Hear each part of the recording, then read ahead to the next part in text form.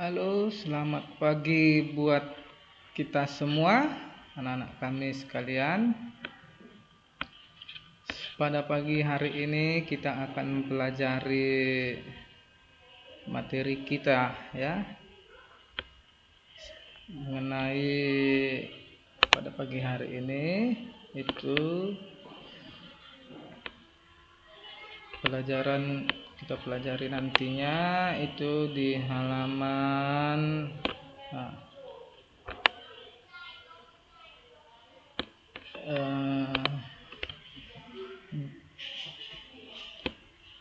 muatan SBDP.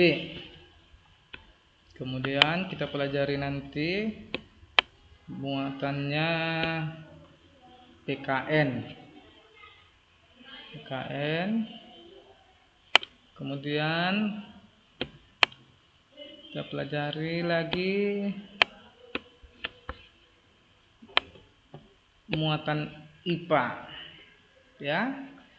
Tapi sebelumnya kita bahas sedikit mengenai minggu yang lalu. Pelajaran kita itu mengenai B-Indo, kalimat utama, kalimat penjelas ya. Kita bahas sama-sama. Masih ingatkah mengenai gagasan pokok dan gagasan pendukung? Untuk menentukan itu Pak Jabat sampaikan lagi kembali, ini hanya sekilas ya. Kita harus menentukan kalimat utamanya dan kalimat penjelasnya. Tentukan dulu kalimat utama dan penjelas, barulah kita bisa menentukan gagasan pokok dan gagasan pendukung. Baik, kemarin saya berikan ada tugas, semua sudah mengerjakan, mungkin ada beberapa yang belum, harap supaya dikerjakan dan dikirimkan melalui kepada Pak Jabat. Saya berikan kemarin itu tugasnya, ayo berlatih gagasan pokok dan gagasan pendukung ya. Ini PR-nya itu, ayo berlatih. Kedutaan Besar RI di Tunis bekerja sama dengan Kementerian Pariwisata RI mengikuti pameran pariwisata terbesar di Afrika Utara.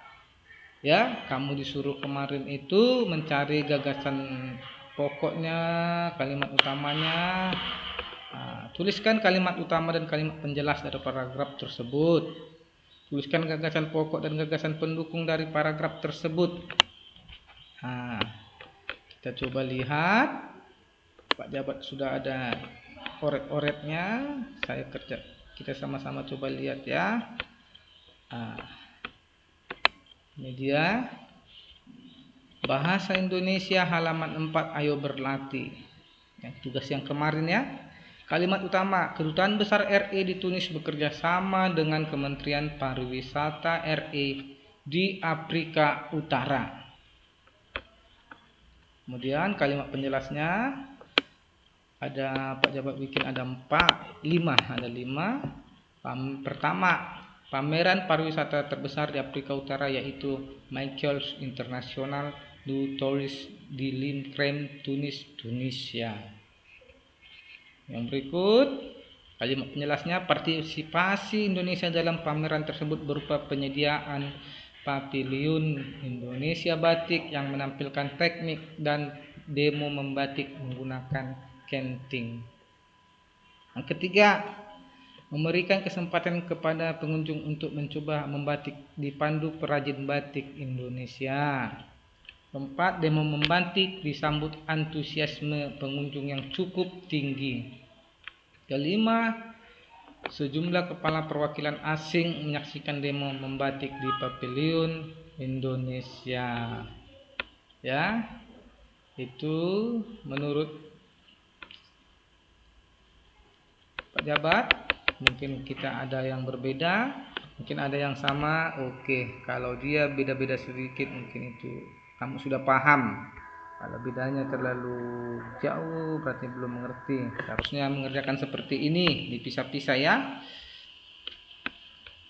Gagasan Gagasan pokok Kedutaan Besar RI di Tunis bekerja sama dengan Kementerian Pariwisata RI di Afrika Utara. Ingat, gagasan pokok diambil dari kalimat utama.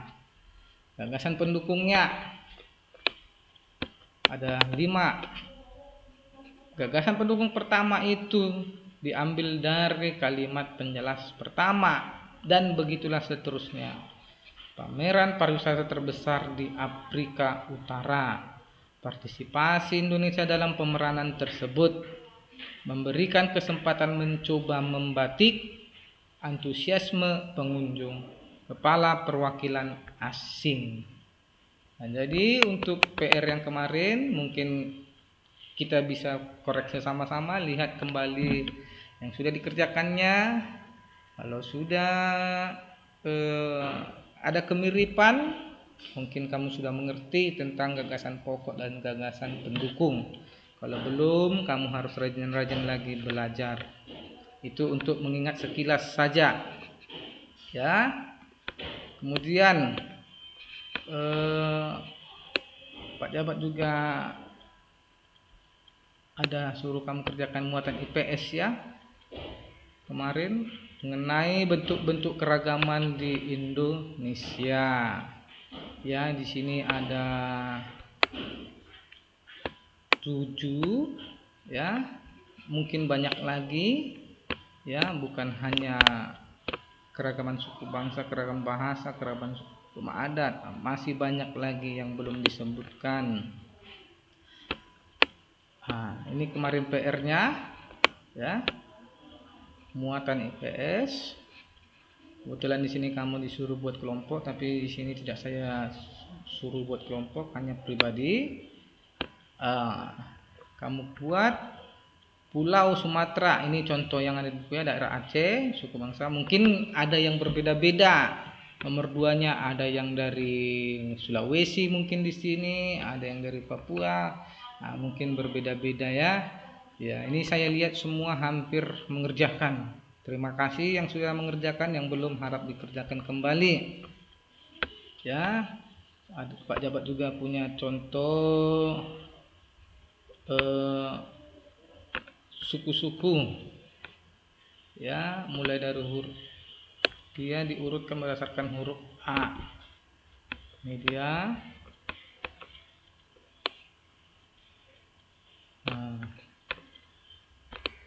Dari A, Aceh, Alas, Alor, Ambon, Ampana, Anak Dalam, Aniuk, Jami, Arab Indonesia, Aru, Asmat.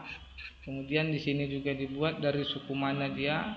Contoh itu suku Aceh, di Aceh itu di wilayah pesisir, namun di sini tidak dibuat di situ tariannya, rumah adatnya seperti yang kamu kerjakan, tapi coba kita pelajari lagi kembali sedikit demi sedikit.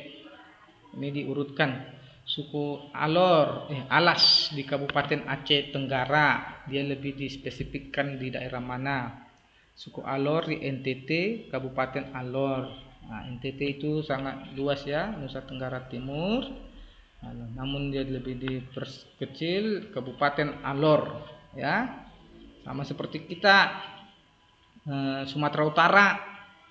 Itu ada beberapa kabupaten tapi lebih diperkecil lagi. Contoh Kabupaten Labuan Batu. Suku Ambon di kota Ambon. Suku Ampana di Sulawesi Tengah. Ya. Suku Anak Dalam Jambi. Kemudian kita lihat dari B, suku Bari di Kabupaten Tojo Ona, Tojo dan Tojo Barat. Suku Bali di Bali terdiri dari, nah sedangkan suku di Bali juga ada lagi bagiannya, suku Bali Majapahit atau suku Bali Aga. Kemudian suku Balatak di Sulawesi Tengah, suku Banggai di Sulawesi Tengah ya. Jadi di satu provinsi itu bukan hanya satu suku aja yang ada di situ ya. Bukan satu suku seperti Sulawesi Tengah ini ya, bukan, itu banyak. Begitu juga dari D ya,